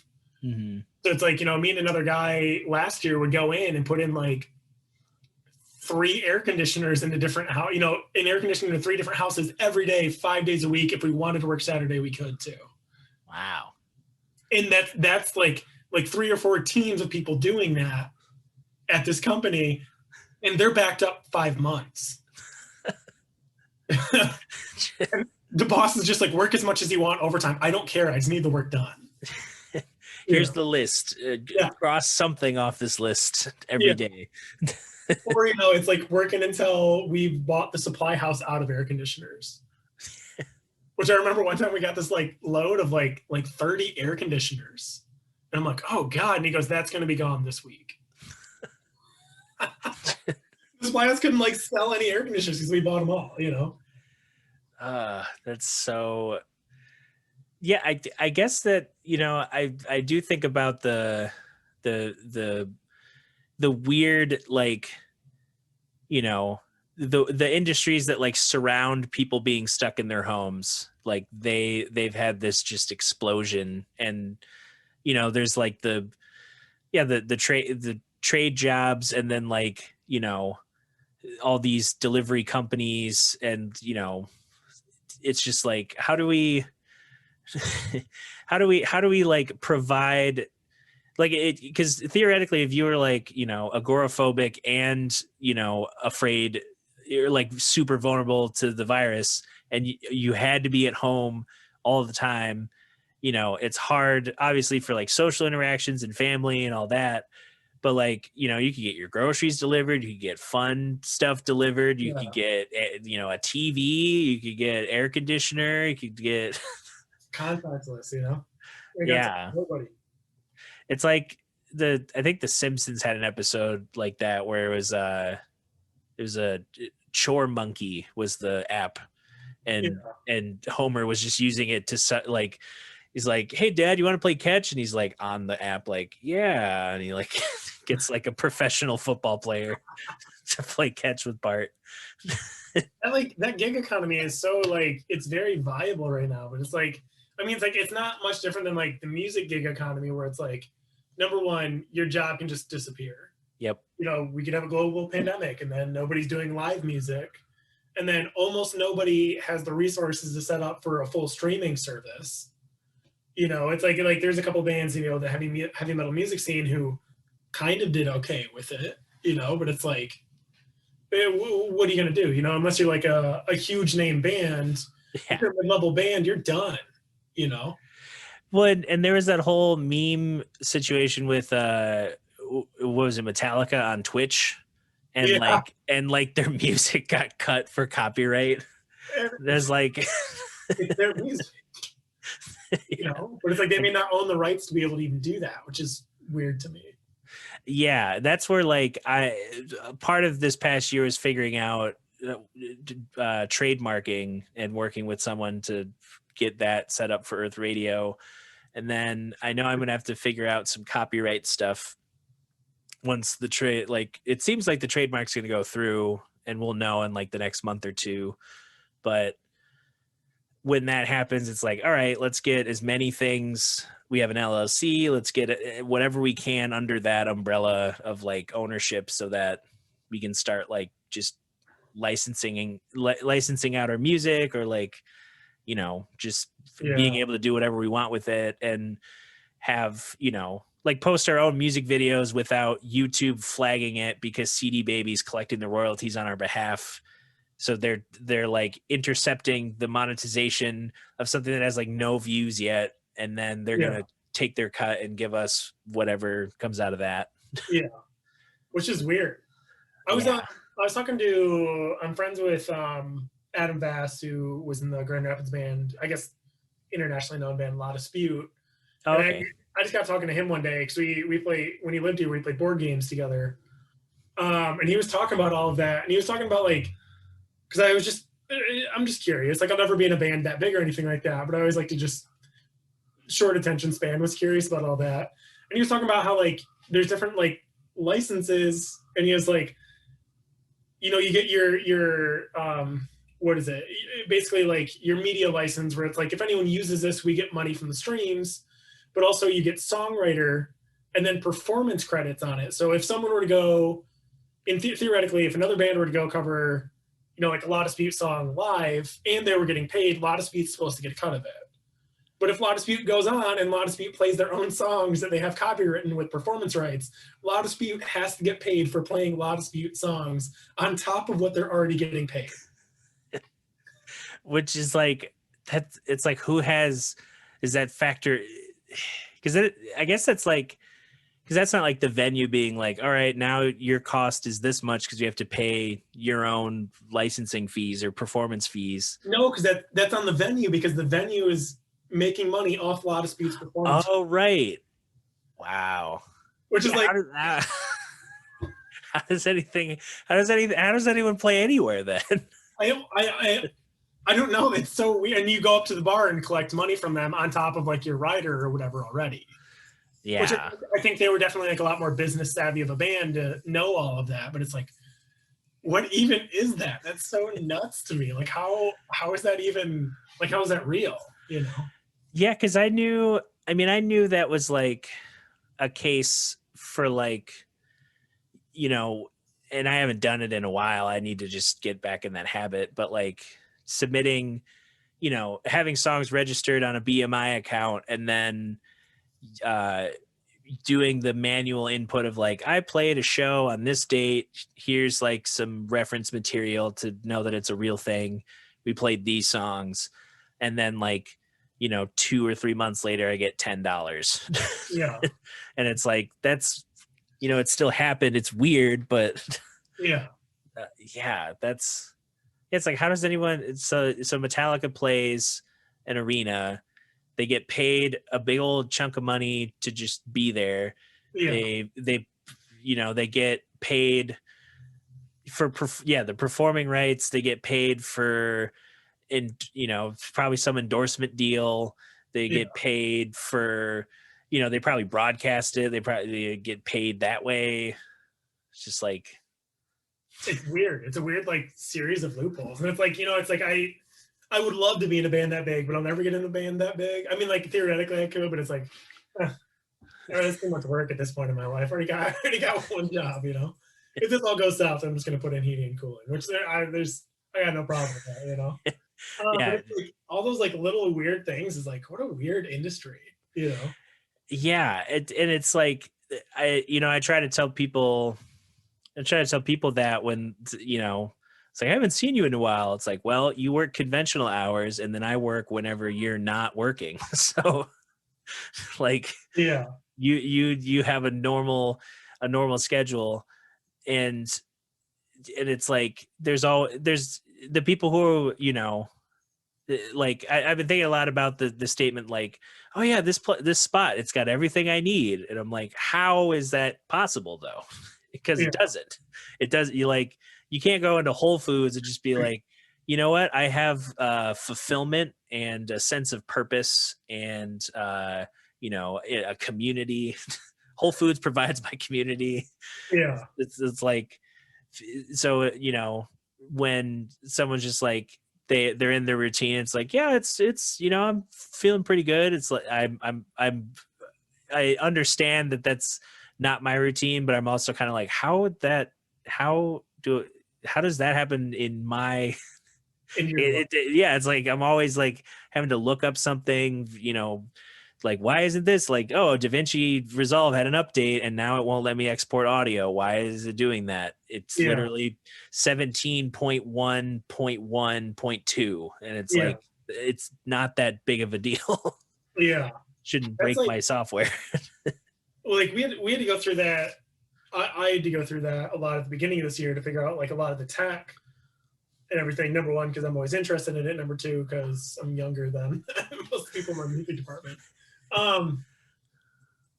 But it's like having to go through that and like having my job, my livelihood be attached to 17.1.1.1.012 glitched out my audio, and now I've lost out on a day's worth of streams. Is like, dude, I like can't handle that stress of like if I mess up, that's fine, that's on me. But if I have to pay for like another company's mistake because their glitch wouldn't communicate with the 20 other microphones or whatever going on, I'm not about that life. Like I can't. That life, Yeah. like that gigging life is like it was fun, but it definitely is like I got mad respect for you for doing it, but it's like Well, uh, and that's kind of why I'm really trying to figure out what I want to do with streaming, because it's like, I can, it's the thing that supposedly people like about streams is like, there's the unfiltered access, there's some sort of level of enjoyment, some sort of shared enjoyment. It's like playing a video game, music. My friend James will go on and just like take requests for learning songs or playing through songs that he's recorded. And um there's those people who seek that kind of thing out. And for me, it's like, oh, it's kind of like a vacation, because I don't have to drive somewhere to get there early, to unload, to be like, okay, who's Mark was on the email, he's not here, okay, who's my contact, all right, it's Bill's late, all right, let me go. Mark's not going to be there tonight. Yeah, Bill's not going to be there tonight either. It's the sound guy, Derek's sick though, we just found that out, so it's going to be the backup sound guy. You're just like, okay, just tell me where to put my things. Oh, you can't load in yet. If it said on the writer, We can load in now. Oh, you got to talk to yeah, Mark about it. yeah, talk to Mark. He's not here. Where's Mark? I'd love to talk to Mark. Yeah, and it's like, it's all these little things that, like, being on the booking end of it, I've had to, not even that long. That's the thing. Like, the quickest way of like draining my energy is just like getting in a sea of emails where it's like trying to convince somebody who should have just used their ears and been like, yeah, we dig it or we don't. Like, just tell me. Don't be like, well, do Yeah. you guys do any covers, or like, do you play country music at all? Or it's like, yeah, off my iPhone. Like, is that what you want? Like, we can do that. I can do that. just tell me. Yeah. Or getting the, I had a lot of it in 2019, a lot of emails being like, you're just not what we're looking for. And I'm like, what are you looking for? Yeah. Are you looking? Yeah. Are you looking for like, like lightly toasted wheat bread? Is that what you're looking for? Like, what do you want? I will be lightly toasted wheat bread. Just please book me. I need this. Please, I will play.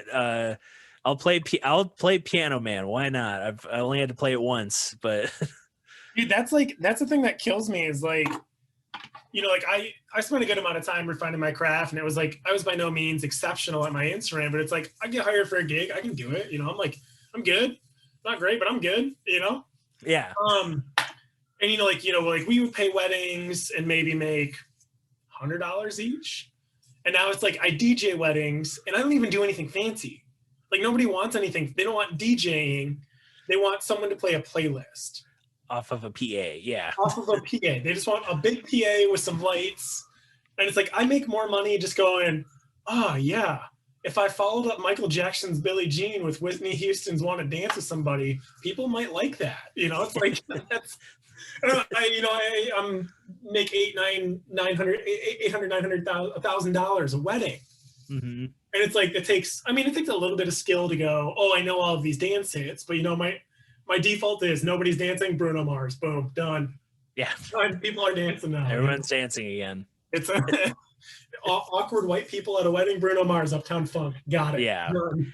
I literally could take, because for Blue Water Kings, we have these like helpful reference playlists, and it's really for like the singers to help pick, kind of the shared repertoire between it seems like most of the Michigan folks, and it's like I could just take those and like book a gig and just be like, all right, let's throw on Havana, and let's throw on some Bruno Mars, and let's do Whitney Houston, Michael Jackson, anything Motown for like people in the 30s and older. Like, yeah, I mean, like, there's definitely like an art to it of like, it's like when I DJ a wedding and I look around and I see, okay, there's not many young people. It's like, well, I know the first hour I need to play stuff for the aunts and uncles, because young people don't dance until they drink, but aunts and uncles are there to have a good time. So it's like, right. Seeing what they're dancing to, if I throw on a Michael Jackson and nobody's vibing to it, and then I throw on, maybe like an 80s thing and everyone vibes to that, it's like, well, okay, I'm going to bump 80 stuff, but it's like, there's an art to it, but it's not nearly as much as like, I spent hundreds of hours developing better technique on upright bass or electric bass to be able to play all these things. And this is just like, I just listen to playlists and know it sounds good, Yeah. And yeah, it's like, DJs who like, they're a little bit more involved. They like, they have to keep reading the room and like, just, when to heat things up, cool it down, that whole ebb and flow of a night. Yeah. There's that level of attention, but it's like, I've learned all these songs and it's just like, okay, I get paid, like usually between $300 and $500, depending on the wedding. And it's like, oh, I could just, like if I did this all myself with just like a playlist, a couple playlists, I'd triple my income. Yeah. And it's like, it's to the point now where it's like, I feel kind of bad about it, but it's like I've definitely just made, and it's a weird loophole where it's like, as a DJ, you can just play stuff off Spotify because it's a private event. It's not a public event. So you don't have the same license. That's true. I didn't even think, because I usually see the default to Spotify just because it's popular, but because people aren't paying, nobody's making money. People aren't paying money to be entertained at a wedding. So it's the same as if like you and I were having our beer party, our West Michigan beer party, and we invited 10 friends over and we made a playlist on Spotify. It's the exact same set of stipulations. And it's like, I've definitely had nights where it's like, nobody's really dancing to anything. And I can't get anyone on the floor after like an hour and a half, and nobody's requesting anything. Right. It's like, I've searched up like pop country songs, shuffle, play, sat back, read a book, It's just, I got the paycheck. It's like I put crossfade on, right. That's a function. like that's so. I mean, but that's like, that's where a lot of that money is, until you get into like higher up into like the Blue Water Kings or something like that, which requires just hours and hours and hours and hours of practice and learning a bunch of instruments and being able to play anything on the fly. And it's like, all I have to do is like, oh, this song's roughly the same tempo, play, Yeah. Well, and I think of someone like, what's her name? Alana Pierce in the video games industry space. Like, Yeah. she kind of came up in the journalism side of it from Australia. And then she started doing, the on-camera stuff, being an on-camera personality. And then she, that led to like script writing for like, programming on certain networks or, internet things. And then, on the side, she DJs original music and set lists. And then she, developed a streaming audience and like could do these big charity streams throughout the year. And like, she wears like 70 and she mentors people getting into the journalism or writing space for video games. And like, she's like, how like, I don't know how people have energy like that. No, it's maybe I just don't have what it takes, but it's like, I'm fine not having what it takes, because I like feeling rested, Yeah, because and then on top of that, she also got a job writing for video writing. I think she's writing a video game for or it might be multiple projects, but she's at least hired by Sony Santa Monica. Yeah. And it's like, okay, that's a big, you'd think like that's a big writing job with like probably a lot of meetings and a lot of like, drafts and rewrites and like figuring out, talent, who's going to, I don't know if that's another department, like, okay, we have the script, who are we going to have to voice this? And she also does voice acting. So it's like, yeah, no big deal. Yeah. It's just, just a million different. And so that's, I see someone doing that and it's like, okay, let's capture some spirit of that and put it into Michigan, where like, it's a very mixed bag of like who's into streaming, who's into, Instagram, TikTok, who's into YouTube, longer form stuff, who's into podcasts. So I figured the next, 4 years is just going to be me presenting myself in different size screens, and someone's going to be like, here's all my money. It's like, yep, thank you. That's I want to get big off this, please. Yeah. Please just support this overworking habit that I have. It's like, I just can't do that anymore, man. Yeah, it's definitely not. I even tell people that who are like, how do you, it's like, you only do music stuff, like what's that like? I'm like, well, here's some pros, here's some cons. Paid too little.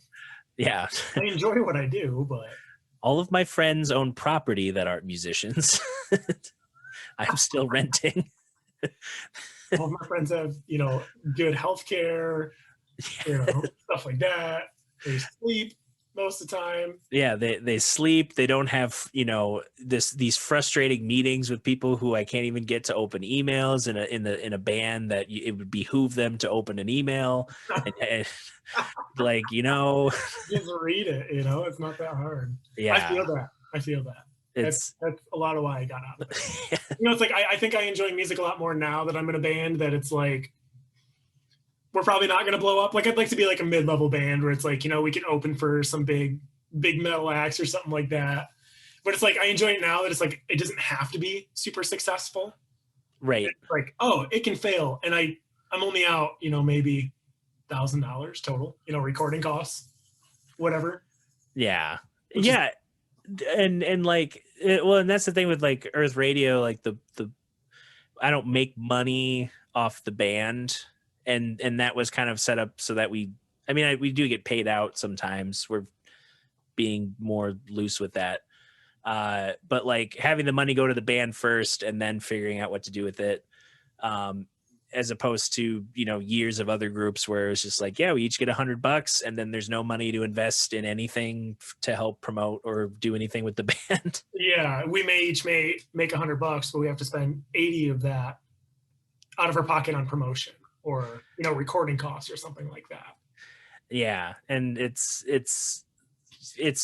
like figuring out those systems and like getting, you know, to a point where we can bring on other people to the team that aren't, you know, performance related and can help with, because one thing I've been pushing for is like, you know, content of any kind, just anything. Like, I don't care. Like, it doesn't have to be polished, high quality. If we want it to be that, there's people who can do that, and we could pay them and go do a thing, go do a song.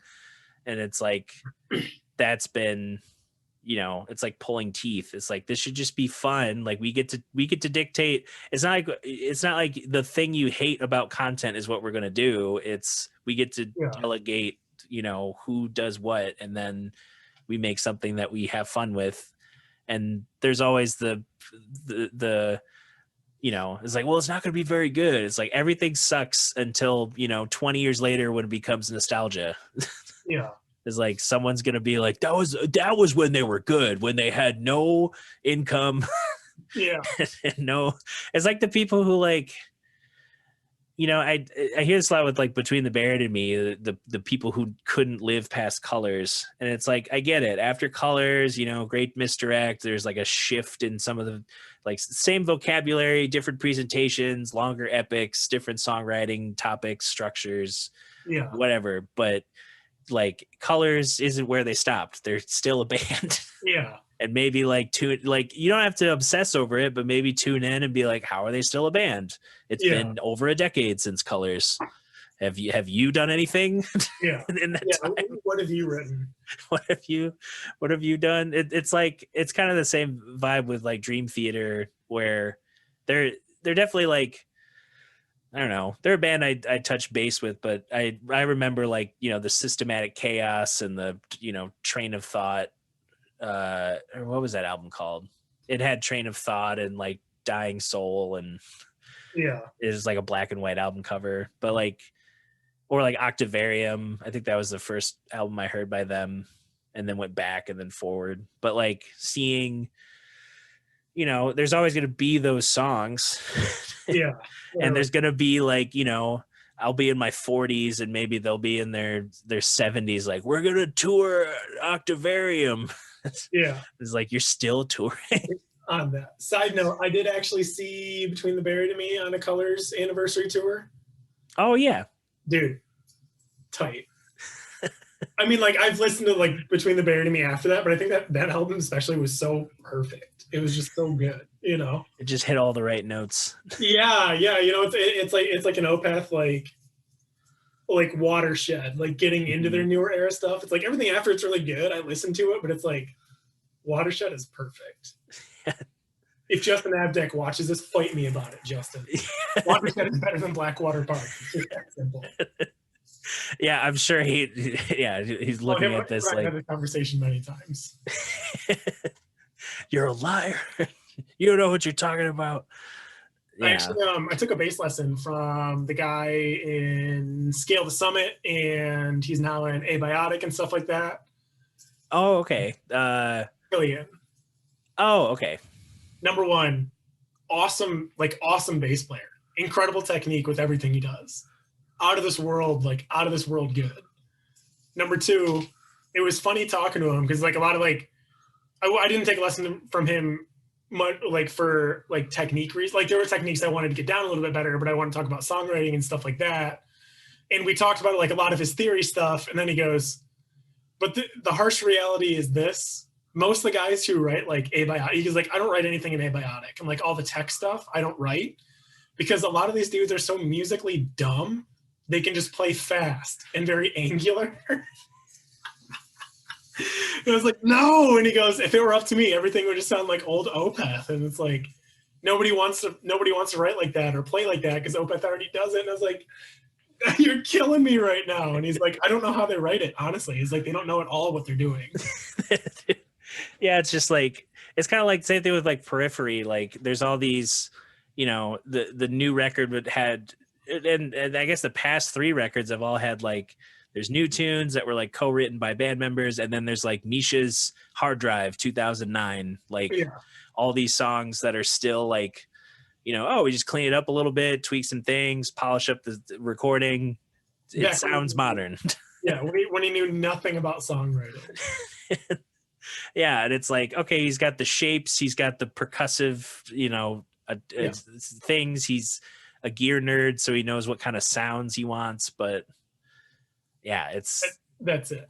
Yeah, it's like, I can't tell you. Even like, it was funny hearing what was it, a Song Exploder episode with Leanne LaHavis, and she was talking about her song, what was it, Can't Fight, off the new record, and she was like explaining like what it was about lyrically and all that, and then she said it was sparked by like the chord progression at the beginning was like something that had been stuck unused for like several years or something, and she was like, yeah, it starts with this chord, I don't really know what chord it is, and I'm sorry all you jazz musicians out there who listen to my music. And then she's just like, I'm imagining like everyone who's a jazz musician just yelling at me, trying to, it's an A sharp to mid. And she's just like saying, yeah, just send me a message and I might read it. Dude, that's like in the death metal band I'm in right now, like I don't write anything. It's like Bob writes it all, and it's because Bob is so good at writing heavy riffs. It's like, I'm hands off. I don't want to do I'm gonna write lyrics to it. That's tight to me. I'm gonna write cool bass lines underneath it, but it's like, and he's so good, and he's just so musically dumb. It's incredible. And our other guitarist is always asking me, he's like, what scales or whatever, what key can I use a solo in? I'm like, dude, I don't even want to analyze it. It's too hard. It's all over the place. Like, don't, just use your ears. Pick a note and then play another note if it sounds good. Like that. If it doesn't sound good, try another note, man. Yeah, it's like listen to Thorndale solos or listen to Kerry King. Like, yeah. None of them are like he might be like, oh, it's like free expression, or I have like, or Kerry King's just like, I don't know, I play notes and I use the whammy part. I just keep getting tattoos and I channel that pain into. I love when musicians are really good but like really stupid. Yeah. Like the dude for like the bassist from Tower of Power. I remember just watching an interview where he's talking about like his bass line to like Squib Cakes or something like that. And they're like, how did you write it? And he goes, well, I played this note and then I played this note and I like put these notes in between it. And then he just plays it and he goes, there you go. And it's like, I like this. Yeah. It's so good and so musically dumb. Yeah, because then it's like, Esperanza Spalding put out a new, I guess it's technically a single in 3 parts, and it was part of a residency in Oregon with other artists exploring like therapeutic sounds through composition or something. So there's like, there's like elements of how it's arranged where there are, I don't know. I haven't read fully on what it's the therapeutic things that she lists, but I can at least hear things like it starts with a common tone, just like her voice singing a note, and it's like kind of layered, and it keeps popping up in different contexts throughout the whole. Like it comes back in, it's more dissonant, or it comes back in and it's all by itself, or it's. But someone like her, everybody loved like her early records and like Black Gold, like the more pop accessible, and all the records since then have been like this blend of like her artistic, like split personality, artistic character, and focusing on different parts of the body, and then an album that was only released on vinyl and it was recorded in 3 days. Yeah. Like she's just made the shift to like, well, I got the mainstream cred, I'll just do a bunch of cool weird projects. Stuff done. Yeah, and she's like writing an opera with Wayne Shorter or something that's coming out this year. I saw that. I'm actually pretty excited. It's like there's so much that, yeah, it's like it's like someone as smart as her. There's also someone who's like, you know, they write something that's prolific and they're just like, I don't know, I just wrote it. I just did it. I just wrote it. It's for someone else to figure out. Yeah. The theory behind it, you know. But how? Yeah. Yeah, it's and like, or like a Jacob Collier who could like break it down to the simplest nugget. Yeah. And let people know like what it's about. But then I hear from a lot of, there's the mixed bag of people who are like, they love the kind of how animated a lot of his albums are, and it's just, it goes everywhere. And then other people get exhausted. Oh, dude, I can't listen to a full Jacob. I like each song, but it's like a whole album. I'm like, this is too much. Like, this is like talking to like a little 5-year-old, you know? We're just like boom, boom, boom, boom, boom, boom, boom. You know? It's like I'm already bad for stuff like that, so it's like, oh, I need something, you know? Yeah, I need for 2 minutes. Yeah, yeah, it's so. To just stick it I don't know, it is like, or like a, I don't know, like a Tigran Hamasyan who like, he's just so, I could show it to someone and they're immediately like, this is why this guy is insane and awesome and cool, and other people are just like, what language is that? And you're like, that's not the point. It's not the point of anything I was trying to. I'm glad I showed you this incredible piece of music, and what you got out of it is, oh, he's speaking something other than English. Yeah, I had that with a friend the other day, a friend outside of music. I was telling a story of playing at the Bob for like Valentine's Day, and they set me up, in front of like basically like a photo op spot. It was like a mirror with hearts on it or something. Yeah. And I saw this couple. They were just kind of looking at me, watching my last set. And I was like, okay, cool. Like someone's paying attention. And then I get done and I see them get up and I'm like, okay, so they're coming over, like, cool. And they start talking. And it's like, hi, I'm the lady whose husband owns Gilmore Collection. And I was like, oh, cool. Like in my head, I'm like, she dug it. Maybe it means more gigs, maybe not. And then she was like, could you like move? We're trying to take a photo in front of the thing. Nope. You made it, Dutcher. Yeah, and that was the only takeaway, because I took the phone and I put it on burst and I took a bunch of burst photos. Yeah, like this is my silent protest to this moment. And all my friend got out of that story was, oh wow, like she talked to you, that's amazing. Like I'm like, I don't need her approval. Like this. I know I'm good. I want more gigs. Yeah, it's like it's like, wow, someone higher up has shown you the most meager amount of attention, and it's all negative. the upper crust of society has acknowledged you, the lowly entertainment, long enough to get you out of the way so they could take their picture. Yeah, it's incredible. Yeah, I'm like, how is that the moral of the story? Yeah. You made it, Dutcher. I did it. I would just name drop him on this podcast right now, and then you're in, bud. Yeah, you got the boss money now. Yeah, that'll just be this podcast in like 2 years. I'll just start. Say the rich people's names. Yeah, I'll just have a hit list at the top of the episode. Be like, put these people on blast. They did me wrong.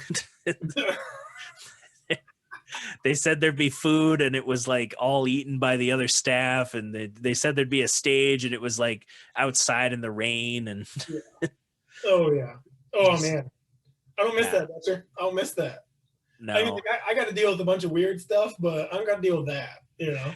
No, it's been great, especially over this last year.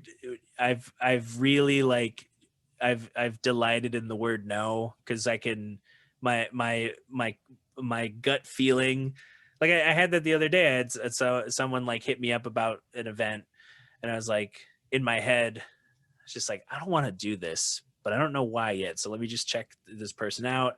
And I'm like, no, I don't want to. Like, I'm just looking at the music and I'm looking at like, what type of event. I'm just like, no, I don't want, no. No. And then, like other times of, I don't know, people saying like, hey, you want to come do this? And like, I can play out what's going to happen in my head. And I'm just like, no, No. like, I get this is new and fun for you, but it's boring for like, I'm trying to keep leveling up, and I can't just, I want to, I want to endear myself to the community, but I want to do things that I'm more enthused about than just like, that are genuinely rewarding as opposed to doing a favor for a friend. yeah. Or like, I've been talking with certain people who remember the days at like the Speakeasy Lounge with Brad Fritcher, and we're trying to figure out where we could do something like that again, have like an open forum, loose, not, like, hey, you got to know some standards. It's like, hey, can you interact with people on a stage and play an instrument? Like, can you jump in and out? Can you, I don't know, listen? Can you, yeah, do you have a voice on your instrument? Because it's like, that's how I felt like I started playing more with, like Ian Thompson there and Caleb Elzinga, and met Blake Cross, and, playing non-Gravestone stuff with like Avdek and Mario at the time. Yeah. Is like, those were more formative than like being a go-getter young high schooler and be like, can I play this Charlie Parker tune? And then someone's like, you sound just like him. And then they go to college and they forget they even exist until they have some sort of a career. And then they're like, that's my student. I know who he is. Yeah. And it's like, I get it. You can't keep up with every student, but it kind of feels weird that you just dropped out for yeah. Like, I was still playing in the scene, still doing things, like, no. Yeah, show up to something, Yeah, or share a post. Yeah. Like, yeah, if you see it, share it, take interest in my non-jazz stuff, Yeah, that's where, like, as a multi-interested musician, it's hard to like keep everyone's attention. It's not me being multi-interested to reach a wide audience. It's like I'm kind of shrinking. I'm shrinking my potential audience by being, at least right now in the short term, of being like, oh, I don't really want to listen to a podcast. I don't like Facebook, so I'm not going to go watch a stream. I don't know what Twitch is. I don't like video games. I don't like it's like, so I'm just putting things out there. It's like, do you like any of these things? If so, here's where you can support. Because that's all I'm doing right now. And but I think that's kind of like what needs to happen for especially like streamers or musicians, is like there's no reason to not become multifaceted like that. It's like you can stream a video game and do a stream of you working on something, and then like covering a metal song, and then Earth Radio is playing, we're going to live stream this concert, Whereas like that shows a more complete thing. It's like, I think one of the bigger bummers is when you get into, and I can't remember the dude's name, but it was some Asian dude on Instagram who was really good at guitar, and he would like randomly throw in like one or two metal covers, and people would like comment like, this sucks, I can't believe you're doing this. Yeah, I remember because he left Instagram for it. Mateus, Artusado or something, whatever his name is. He's like, I just want to play what I want to play. Like, why is there so much negativity if I post a metal cover? He's like, go back to my backlog if you want to see me play John Mayer or something like that, Yeah, and it's so like, yeah, it's like people are so entitled to like, entitled and like very, and it's one of those things too where it's like they're, with a non-creative industry or even non-creative thinking, because everyone has some level of creativity, I guess, but like the people who don't have to think in layers like that, they're just like, what are you talking about? I go to my job and the job is this, and the nuances of my job are like, that one guy, man, or that guy, wow, so cool. And then you go home, there's the kitchen. I got this from the grocery store. I planned the list. And meanwhile, is like, what if I tried podcasting, and podcasting could open up a different type of content that would then draw people to my socials and maybe my Patreon, like, and then someone sees one part of it and they're like, stick to playing piano. It's like, why did stick to? Yeah, I'm just gonna block you. Like, I don't care. Yeah, it's not a big deal. I'm gonna do what I want to do. Yeah, I don't need to fight any. I weaned myself off of fighting in the comments last year because I was just like, I can't. You gotta stay out of it. There's too many people. And they're all living in like their own paradise where they're always right, and I can't, like, there's no amount of like convincing either way. Yeah. Are you seeing this right now? It's like, dude, I hate this weather right now. I'm looking out, and it's like gently hailing now. Oh no. I don't, my two windows have blackout curtains, so I don't see. Oh, yeah, outside. It's like gently hailing right now. April showers. Like April snow, hail showers. All right, that's right. I gotta wrap this up. Yeah, no, that's fine. I was looking at the time. It's like just past 3. Yeah, it's good chatting. Where, I don't know if you want people to find you. Where do you have your projects? My project. Yeah, you can check me out. Don't find me as an educator because that's weird because I don't really post anything about. If you want to find out about social justice and progressive music education stuff, we can talk about that all day, every day. But we're gonna get into a wild rabbit hole with that. If you want to shoot me an email, just Ryan Wallace bass, the instrument, not the fish, or like a bass to a computer at gmail.com. Otherwise, I'm in a death metal band called Pain Divine, named after a Morbid Angel song because it started off as a Morbid Angel worship band and it's kind of turned into its own thing. You can find us on Instagram, Spotify, Apple Music, Deezer, Songster, Tidal. Is anyone use that? I tried Tidal for 3 months. It's fine. I like the hi-fi option, but that's about it.